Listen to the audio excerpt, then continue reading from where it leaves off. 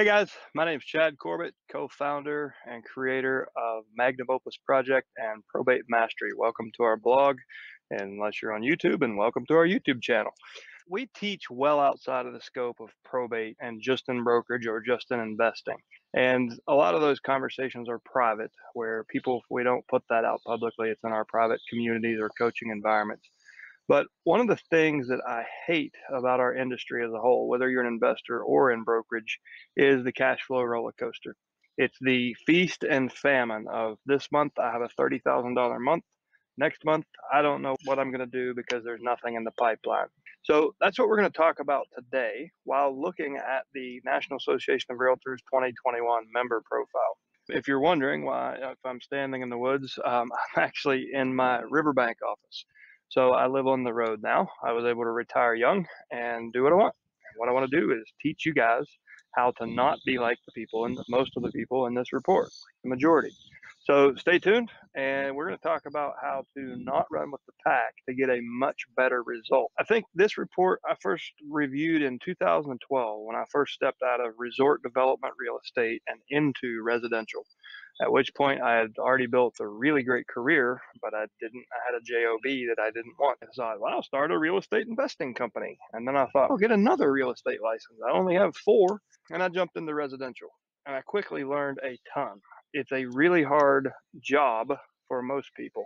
And there's a few things in this report that really stand out to me, and I don't want to say validate, but it's conversations we've been having in this community. So Probate Mastery is obviously a course. If you've never taken it, you may not know it's more than a course. It's a community. We have private Facebook groups, weekly group coaching calls for members only. And we don't always have the most candid conversations publicly. So we talked about this today on one of our group coaching calls. I didn't have a chance to show my screen, so I wanted to do that now, and we'll let it live here. So let's jump into it. This is a summary report. We'll leave a link below where you can find the summary report. And also, if you would like to purchase the comprehensive report, you can do that. I have done that before. This year, I just kind of read the summary. I'll start with the chart here that you see where gross personal income. I don't agree with this as a useful metric in business. I don't think revenue is really a useful metric. Show me the net operating income or show me the EBITDA of a business, and then I'll show you what it's worth, or if it is a business versus a job. But this is the real estate niche, right? So here we like to talk about gross commissions or gross gains on wholesale deals or whatever it might be. We don't like to share the net. So as an industry, we don't have reporting on net operating income or EBITDA. So we look at gross and we brag about how much money we made, and we try not to talk about how much we keep. That's not how it is in this community. In this community, we try to focus on you maximizing that gross revenue, minimizing your taxation, minimizing expenses, and maximizing efficiency so you have more money left over to turn your real estate job into a real estate business and then reinvest that money from the business so you can become a passive investor in real estate, so you can earn accredited investor status, $1 million or more net worth excluding your primary residence, or 200,000 a year. And then you can start working in the exciting part of real estate. You can start in passively investing, and you can be on a riverbank at sunset on the beautiful Greenbrier River or wherever you want to be. What we teach scales beyond just the probate conversation, just in real estate. So I wanted to make at least this conversation visible to everyone who might be considering, how the hell do I get out of the pack and break away from a market full of competition and lacking in inventory. So I want to show you a few things that stand out to me this year. This report is, quite frankly, kind of bleak. We had seen most of these things in a positive upward trend over the last couple of years. Number of transactions, median income, a lot of that stuff was trending up. And what I see now is, regardless of how great the market is, everybody tells you it is, it's not actually translating into a positive impact for most realtors. Now, if you're an investor, you're probably thinking, this doesn't apply to me, I'm turning this guy off. However, if you've followed me for very long, I believe every investor should have a real estate license. Otherwise, he or she is leaving hundreds of thousands, if not millions of dollars on the table. So stick around. Maybe you need to be a realtor. And I can show you how easy it might be to really crack into your market and beat these numbers easily. So the first thing that stands out to me is, among all realtors of all ages and all facets of the industry, 24% are making less than $10,000 a year. Now, of course, there's the people who keep a license just in case and want to help a family member, help somebody at church, but there are also a lot who are trying. A really depressing statistic is 59% of those in their first 2 years of business are still making less than $10,000, and only 3% are clearing more, are grossing more than 150. Now you think about 150 sounds like a lot of money. When I first got into real estate, I was like, oh my gosh, I'm going to be so wealthy. 150 grand doesn't go that far anymore, especially after the Federal Reserve decides to print $10 trillion. It certainly won't go very far 10 years from now. So there's about a 3% chance in your first 2 years of the business that you break into this, into what we would call a good income, like what you could consider a business, not a job. 3%. Now, the good news is, not to run you away from being a real estate professional, the good news is, the great news is, in this community, among the people that your peers here, if you've already taken probate mastery, or if you're considering getting into the probate niche and just found your way here wondering what the hell this is and why you would ever do this, our folks are running in that top 5%. We have several folks who break into 6 digits. Most folks break into 6 digits in their first year. But we have probably about a dozen who have actually broken 7 figures in their very first year in real estate, just in pro. And I'll tell a story. A young man named Seth was in Midtown Manhattan. He, in July, got his real estate license. And he heard, I think he saw a video I had on YouTube or something. So he called up. He's like, hey, man, I think I might want to do this. Tell me more about it. We talked for maybe a half an hour once and then a half an hour a second time. He took action. So if you don't even have to be in Midtown Manhattan to know what a shark tank of competition that is. And the brokers, the power brokers who are there have been there for decades, and it's hard to crack into that market.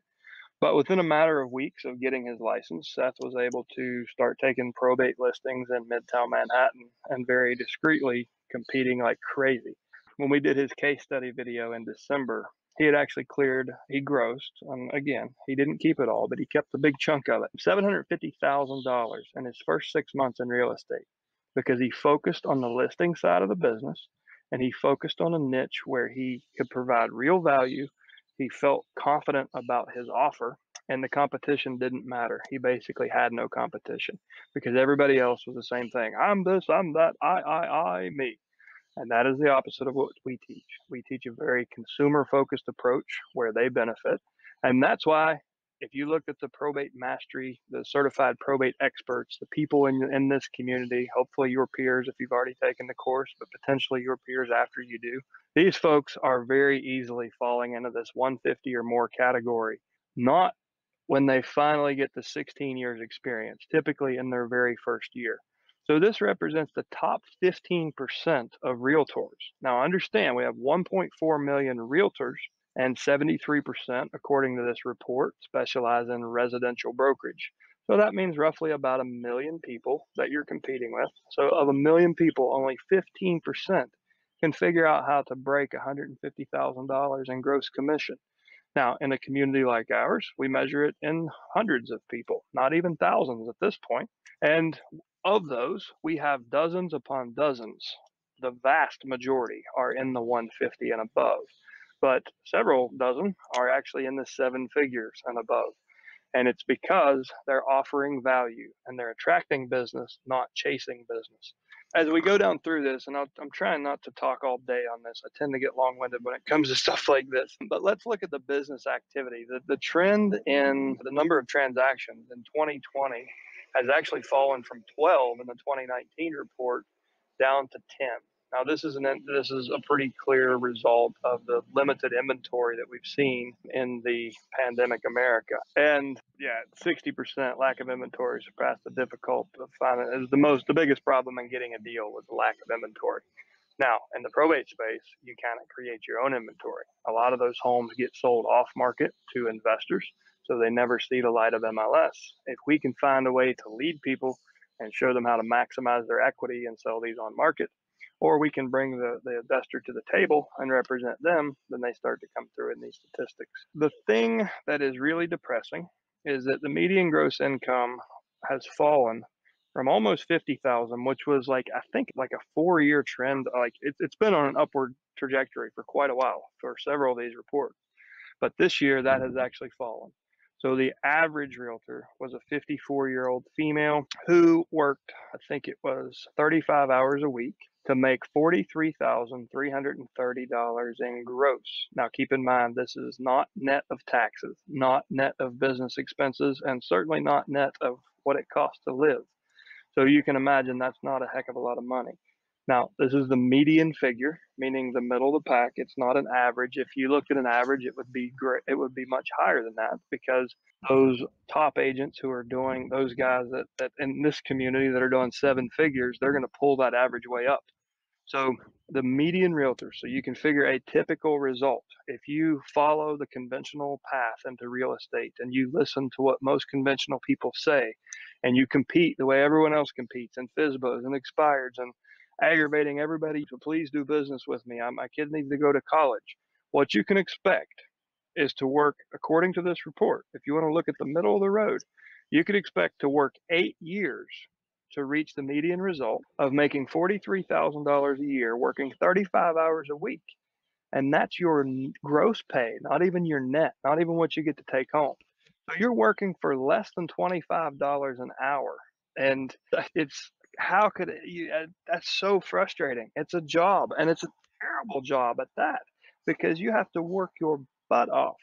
So what, well, the reason I wanted to point some of this stuff out is our folks get such a different result. And you can go to YouTube and see our case studies. And there's so much stuff out there where we have folks who are just literally 10xing this in their first year in real estate. So if you find yourself on that cash flow roller coaster and you found it's not the first time you've been here and you have that feast and famine in your business, I encourage you to look at probate as a potential niche for your business. If you want the shortest path to 6 figures or 7 figures, I would encourage you to look at probate mastery and becoming a certified probate expert. It's not just a course. The bigger part of this is the community. So having these people, including myself, but many other practitioners around the country, in investment and brokerage, most are doing both, but having them support you, mentor you, and guide you through this into a niche where you're not blowing all of your money on internet leads and figuring out which text is going to work and which email and which CRM and all this. It's a focused conversation on taking a part of society that's been underserved for decades, providing real value, crafting an offer that attracts them to you, and not begging for business and working less than you've ever worked. And hopefully retiring at 38 and being able to do Zoom calls from a riverbank, not because you have to, but because you want to.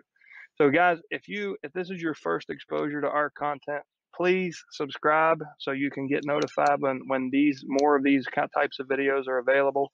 You can get invited to our weekly group coaching calls. You can take a free preview of the course right here on the page. Thanks for watching, and if there's anything we can do for you, please let us know. Drop a comment below, whether you're on Facebook or YouTube or here on the blog. Let us know what stands out in this report to you. We'll leave links to this, but let us know, what did you find in here that was encouraging? What did you find that was discouraging? How does this make you feel about where you are in your business? Drop us some comments, let us know, and as always, guys, thanks for watching.